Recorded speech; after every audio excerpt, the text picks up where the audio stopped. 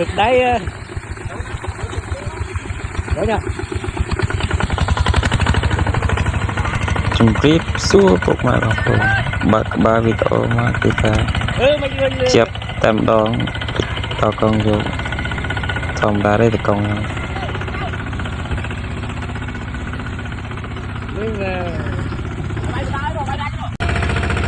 đồ còn hỡi điệp Evan đặt lồng mó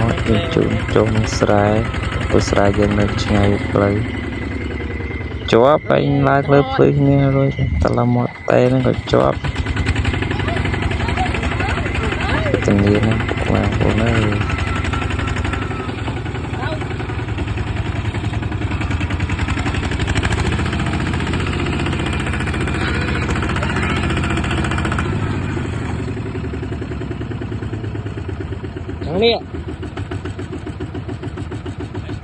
thằng đi bọc không tao lo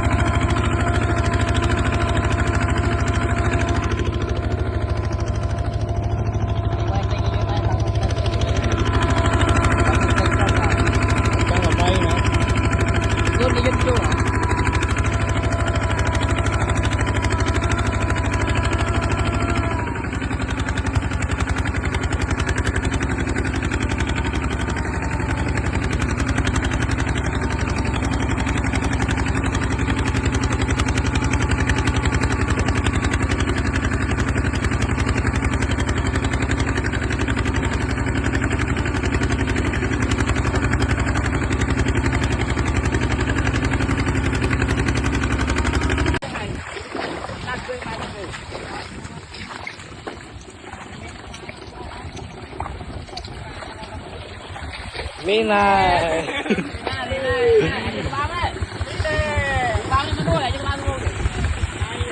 thực đấy đó nha.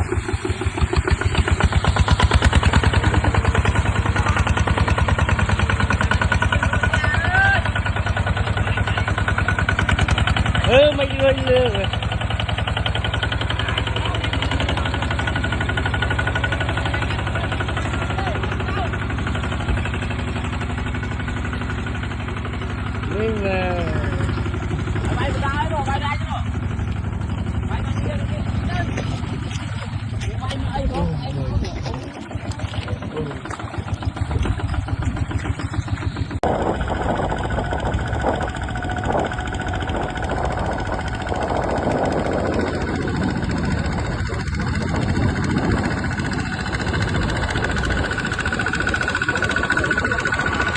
นี่แม่เบียดเธอกระลงตักทำไม